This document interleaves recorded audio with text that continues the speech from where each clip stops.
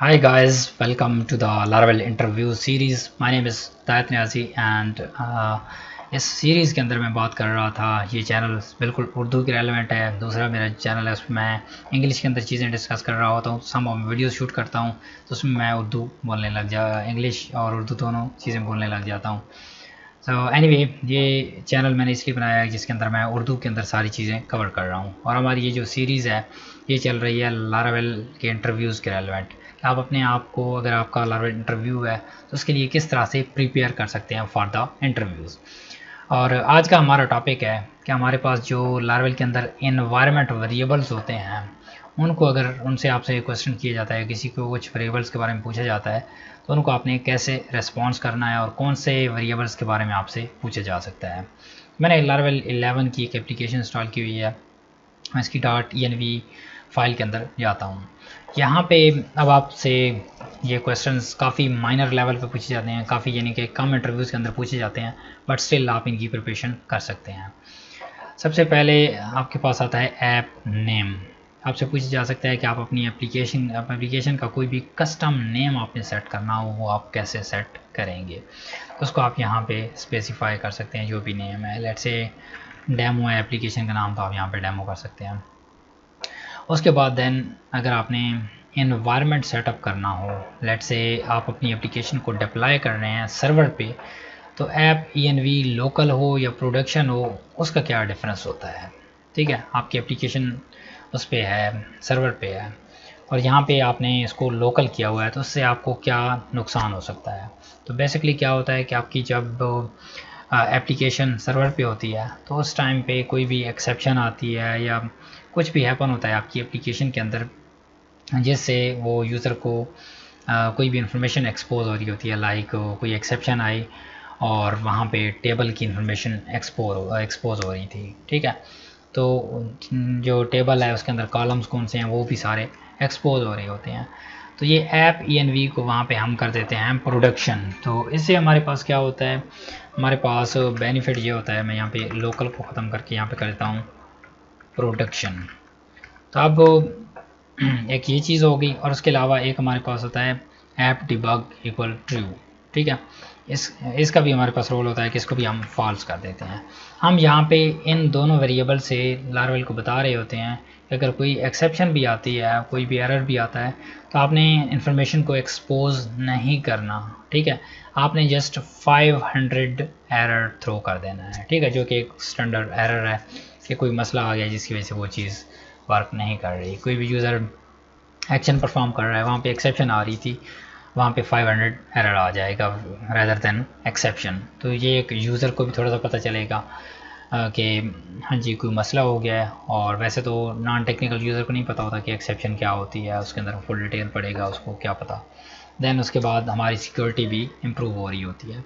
ठीक है, उसके बाद देन एक मोस्ट इम्पोर्टेंट कॉन्सेप्ट है ऐप की। इसके बारे में भी आपको पता होना ज़रूरी है, और इंटरव्यूज़ के अंदर ये लाजमी आपसे पूछा जा सकता है। ऐप की को हम क्यों यूज़ करते हैं। ये ऐप की आपकी एप्लीकेशन के अंदर जितनी इनक्रिप्शंस हो रही होती है, उस इनक्रिप्शन को इनक्रिप्शन में एज आ सॉल्ट की यूज़ होती है, और उसके अलावा ये आपके सेशंस और कुकीज़ के अंदर भी यूज़ होती है। ठीक है, तो जब भी आपको कोई सेशन बनता है वो इसी उससे बनता है, इसको यूज़ करते हुए। अब मैंने बात की कि इनक्रिप्शन के अंदर एज आ सॉल्ट की यूज़ होती है। ठीक है, इसका मकसद क्या है, सॉल्ट की क्या होती है। लेट्स से कोई भी हम इनक्रिप्शन करते हैं, वो एक स्टैंडर्ड इनक्रिप्शन है, तो उसके अंदर क्या होता है कि उसको हैक करने की पॉसिबिलिटीज़ थोड़ी सी ज़्यादा होती हैं। ठीक है, तो अब हम नेक्स्ट वे ये होता है कि हम उसको सिक्योर वे से चलते हैं, हम उसके अंदर एक सॉल्ट की ऐड कर देते हैं। सॉल्ट की क्या होती है कि लेट्स से हम इनक्रिप्शन को अप्लाई करते हैं, बट उसके अंदर हम एक कस्टम की पास कर देते हैं।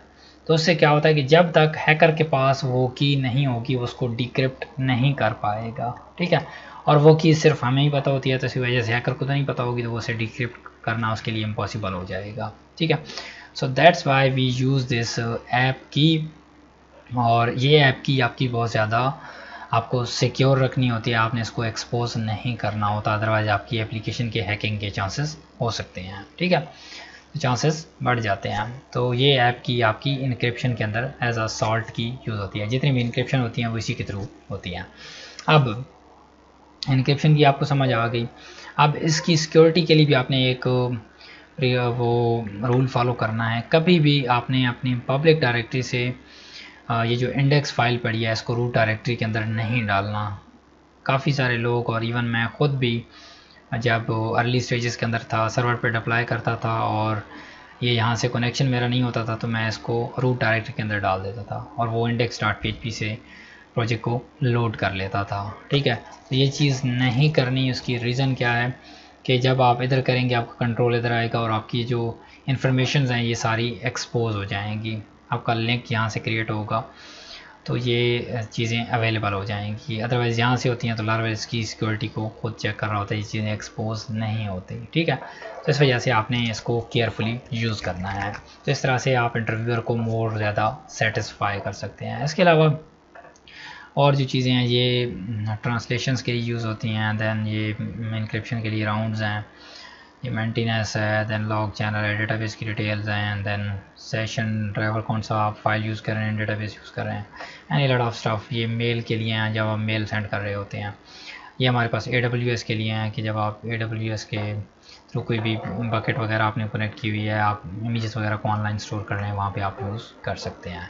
तो ये था ओवरऑल ओवरव्यू कि किस तरह से आप इन्वायरमेंट वेरिएबल्स को इन मोर डिटेल्स इंटरव्यूअर को बता सकते हैं और सेटिस्फाई कर सकते हैं और अपने आप को as a Laravel developer select करवा सकते हैं। क्योंकि ये कुछ चीज़ें होती हैं जो जिनसे आप दूसरों से एज ले सकते हैं। तो that's why I am shooting this series के मेरे जो सब्सक्राइबर्स हैं वो उनको एक एज मिल जाए और उससे अपने इंटरव्यूज़ को क्रैक कर लें।